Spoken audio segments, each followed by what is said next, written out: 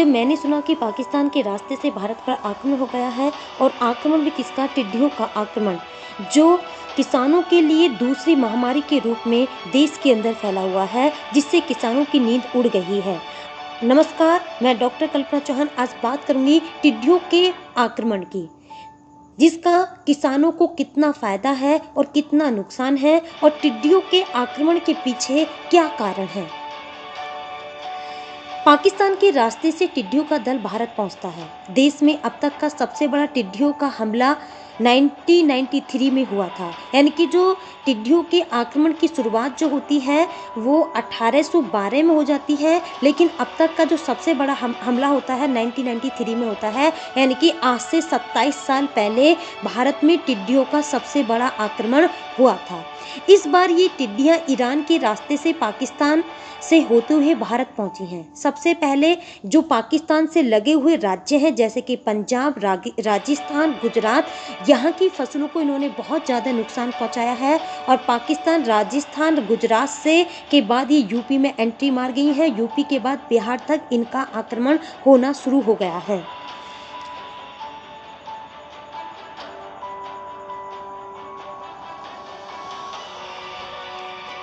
अब हम देखते हैं कि टिड्डी दुनिया में जो ये खतरनाक कीट, जिसे हम टिड्डी के नाम से जाने जाते हैं, ये दुनिया की सबसे खतरनाक कीट है, और दुनिया में 10,000 से ज़्यादा प्रजातियां टिड्डियों की पाई जाती हैं, जिनमें से जो 10 प्रजातियां हैं, 10,000 प्रजातियों में से 4 प्रजातियां भारत में मिलती हैं। नंबर 1 है रेगिस्तानी टिड्डी, दूसरा है प्रावाजक टिड्डी, तीसरी है बम्बई टिड्डी, और चौथी है पेड़ वाली टिड्डी। आपने सुना कि पेड़ पे टिड्डा लग गया है, जिससे कि पेड़ क्या हो जाता है, खराब हो जाता है। तो इस तरीके से हम देखते हैं कि 4 प्रकार की टिड्डियां भारत में आपको देखने को मिलती हैं। दुनिया में 10,000 से ज़्यादा टिड्डियों की प्रजातियां मिलती हैं। इनमें से जो रेगिस्तानी टिड्डी को सबसे ज़्यादा खतरनाक माना जाता है, क्योंकि ये हरे भरे घास के मैदानों में जब अगर लग जाती है तो घास के मैदानों, पूरे घास के मैदानों को भी क्या कर देती है, ख़त्म कर देती है। कृषि क्षेत्र अधिकारियों के अनुसार रेगिस्तानी टिड्डी की वजह दुनिया की 10% आबादी का जीवन प्रभावित होता है। यानी कि जो रेगिस्तानी टिड्डी है, इनकी वजह से जो ये इतना ज़्यादा नुकसान पहुंचाती है कि जिससे कि जो आपकी 10% आबादी है उसको नुकसान पहुंचता है, उसके जीवन को प्रभावित करती हैं। कई बड़े देशों में चाप से टिड्डियों को खाया जाता है, यानी कि जो टिड्डियां हैं, अभी हम आगे भी बात करेंगे, कुछ देशों में टिड्डियों को खाया जाता है और कुछ देशों में खवाया जाता है चारे के रूप में। तो जिन देशों में टिड्डियों को खाया जाता है या बड़े चाप से खाया जाता है, उनकी बात करते हैं, तो वियतनाम, ब्राज़ील और कंबोडिया जैसे देशों में बड़े ही चाप के साथ टिड्डियों को खाया जाता है, क्योंकि टिड्डियों में 70% तक प्रोटीन होता है। ठीक है, जैसे कि आपका सोयाबीन है, सोयाबीन में 25 से 30% ही होता है, लेकिन जो टिड्डियां हैं इनमें 70% तक प्रोटीन पाया जाता है। और जो कुछ देशों में जैसे वियतनाम है, ब्राज़ील है, कंबोडिया है, वहाँ पे बड़े ही चाप के साथ टिड्डियों को खाया जाता है।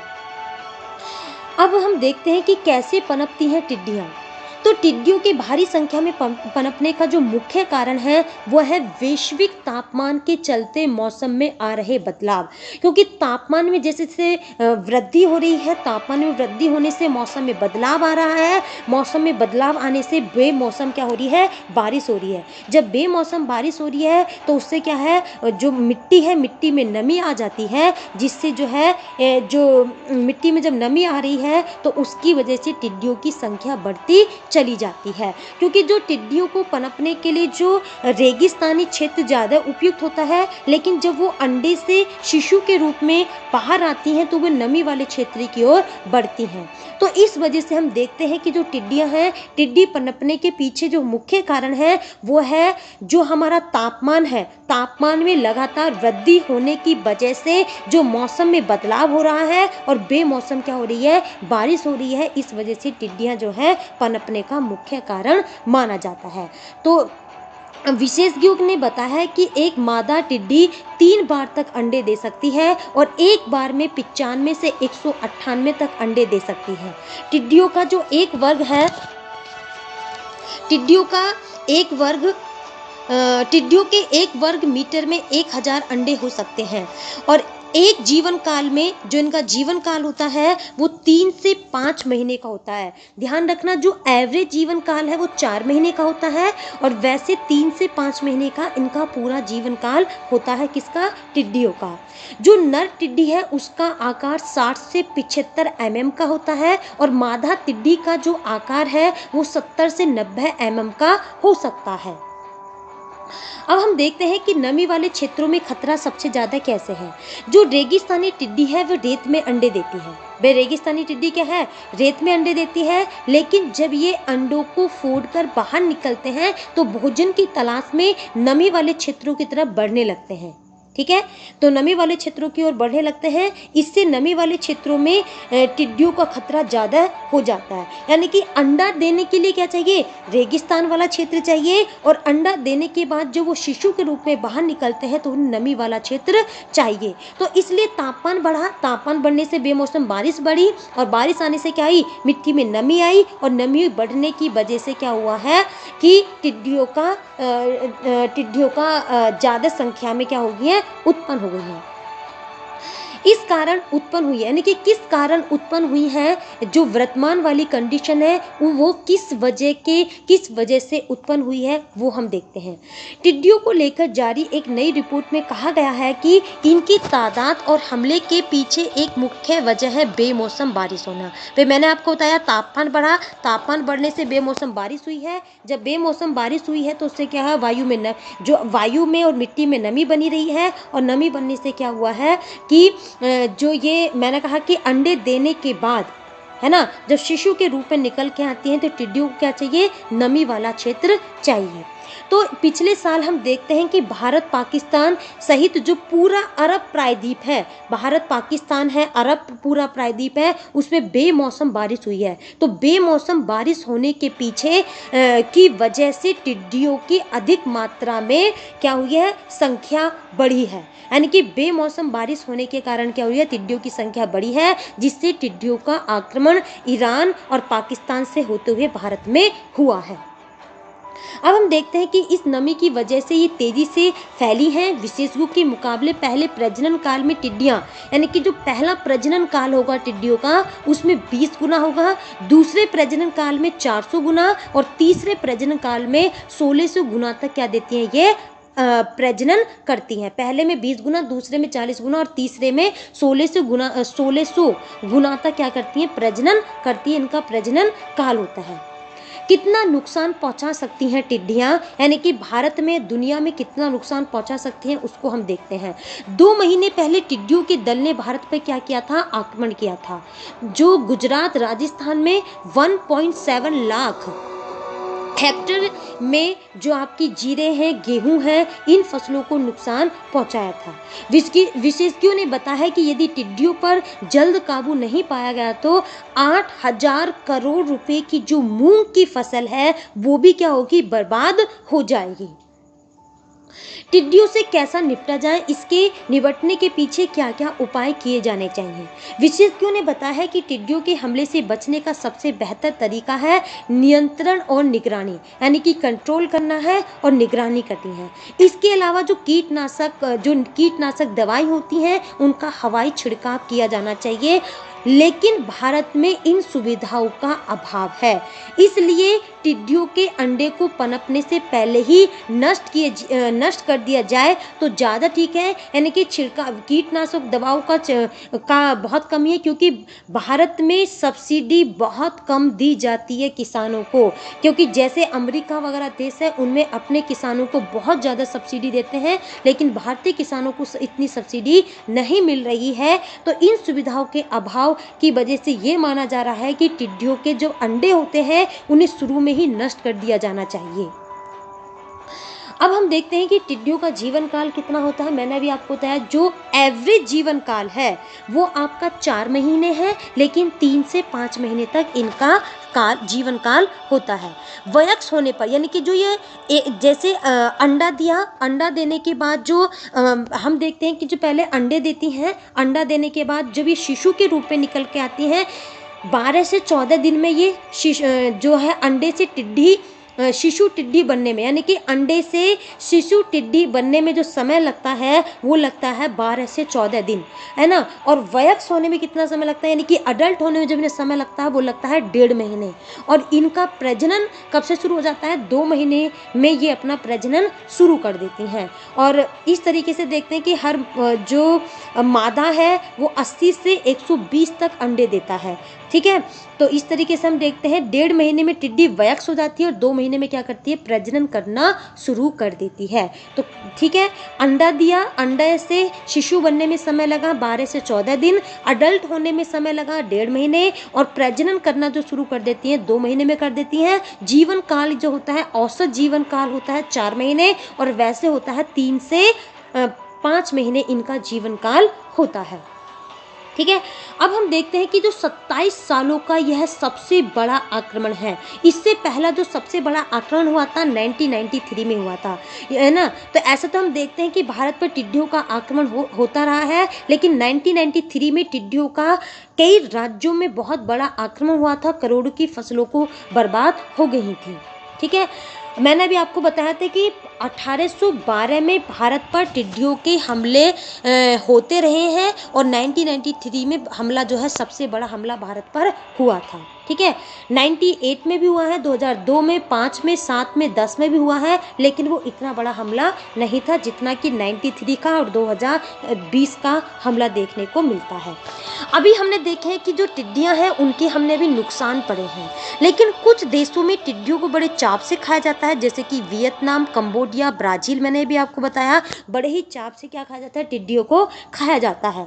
वहीं दूसरी ओर पाकिस्तान जैसे देशों में टिड्डियों से जो किसान हैं वो क्या कर, रातों रात जो है पैसे कमा रहे हैं। तो पैसे कैसे कमा रहे हैं, यहाँ मैंने आपको एक न्यूज़पेपर की जो कटिंग है उसको दिखाया है कि पाकिस्तान में 1 किलो टिड्डी पकड़ने पर 20 रुपये मिलते हैं, और किसान एक रात में 7 टन टिड्डियाँ पकड़ रहे हैं। फिर उन्हें जो है, जो टिड्डी पकड़ते हैं उन्हें क्या करते हैं, जो मुर्गी फार्म हाउस होते हैं उनमें उन्हें बेच दिया जाता है, क्योंकि जो सोयाबीन है उसमें 45% तक प्रोटीन पाया जाता है, जबकि टिड्डियों में 70% तक प्रोटीन होता है ना। और सोयाबीन जो आ रही है 90 रुपये किलो मिल रही है, लेकिन जो टिड्डी है वो मुफ्त में मिल रही है। तो इस तरीके से हम पाकिस्तान जैसे देशों में देख रहे हैं कि टिड्डियों से किसानों क्या कर रहे हैं, रातों रात जो है कमा भी रहे हैं, उन्हें 1 किलो टिड्डी पकड़ने पर 20 रुपये मिल रहे हैं, ठीक है। तो इस तरीके से हम देखते हैं कि एक जगह के जो है जो टिड्डियां हैं, कुछ देशों में बड़े चाव से टिड्डियां खाई भी जा रही हैं, जैसे वियतनाम, कंबोडिया, ब्राजील में, और कुछ देशों में टिड्डियों को चारे के रूप में खिलाया जा रहा है, जैसे कि पाकिस्तान में मुर्गियों के चारे के रूप में खिलाया जा रहा है। अब देखते हैं कि भारत पर टिड्डियों के आक्रमण से जो महत्वपूर्ण तथ्य हैं वो कौन कौन से हैं। टिड्डियां प्रतिदिन 1000 किलोमीटर की यात्रा करती हैं, है ना। और प्रजनन के लिए रेगिस्तानी क्षेत्र इनके लिए सबसे ज़्यादा उपयुक्त होता है, ठीक। और ये क्या है, प्रवासी हैं। प्रवासी यानी कि माइग्रेन करने वाली कीट है, ठीक है। ये क्या है, माइग्रेन करने वाली कीट है जो हजारों किलोमीटर तक माइग्रेन कर सकती है, और हर किलोमीटर पर 2000 आदमी का खाना खा जाती है। यानी कि हर किलोमीटर पर जो टिड्डी दल है, पूरा टिड्डी दल है, वो क्या करती है, 2000 आदमी का खाना खा जाती है। और एक टिड्डी दल में क्या होता है, 8 करोड़ टिड्डियाँ तक होती हैं, यानी कि 8 करोड़ टिड्डियाँ होती हैं, और हर किलोमीटर पर 2000 आदमी का खाना टिड्डी दल खा जाता है। और ये माइग्रेन करने वाली क्या है, कीट है। हर किलोमीटर पर 2000 आदमी का खाना खा जाता है, एक दिन में कर सकती है, यानी कि 150 किलोमीटर की यात्रा एक दिन में कर सकती हैं। एक दिन में कितनी यात्रा कर सकती हैं, 150 किलोमीटर की। यह फसलों के लिए नुकसानदायक है। इसका अंदाजा इसी से लगाया जा सकता है कि 1 वर्ग किलोमीटर में टिड्डी दल पहुंच जाए तो प्रतिदिन 1000 से 2000 आदमी का खाना खा लेती हैं। से पता चल जाता है कि टिड्डियां कितनी नुकसानदायक हैं। जिस क्षेत्र में टिड्डी दल पहुंचता है वहां प्रजनन भी करता है, मतलब टिड्डी पहुंचा तो उसने क्या किया, अपने प्रजनन किया, अंडे देना शुरू कर दिया, और अंडे 12 से 14 दिन में शिशु के रूप में उभरने आ जाते हैं। और जब से शिशु के रूप में टिड्डी उभरने आती है तभी से नुकसान करना शुरू कर देती है। हालांकि प्रजनन के लिए रेगिस्तानी भूमि सबसे ज्यादा उपयुक्त मानी जाती है। यह दुनिया का सबसे विनाशकारी प्रवासी कीट है, यानी कि माइग्रेन करने वाला सबसे विनाशकारी कीट माना जाता है, ठीक है। अनुकूल परिस्थितियों में एक दल में लगभग 8 करोड़ टिड्डियां होती हैं और ये क्या होती है, जो हवा का रुख होता है, यानी कि जिस दिशा में हवा का रुख होगा उस दिशा में ये 150 किलोमीटर तक यात्रा कर सकती है, यानी कि हवा की दिशा में करेंगी, विपरीत दिशा में नहीं करेंगी। टिड्डी दल अपने रास्ते में आने वाली जितनी भी फसलें होती हैं उन्हें क्या कर जाती हैं, चट कर जाती हैं। चाहे गैर फसलें हों या गैर फसलें हों, उनको क्या कर जाती हैं, सबको चट कर जाती हैं। फसलों को नुकसान सिर्फ वयस्क टिड्डी से नहीं होता, यानी कि जो अडल्ट टिड्डी है उससे नहीं होता। अडल्ट क्या है, 1.5 महीने में अडल्ट हो गया है, लेकिन जो शिशु टिड्डी है वो 12 से 14 दिन में बन जाती है, तो उनसे भी बहुत ज़्यादा नुकसान होता है।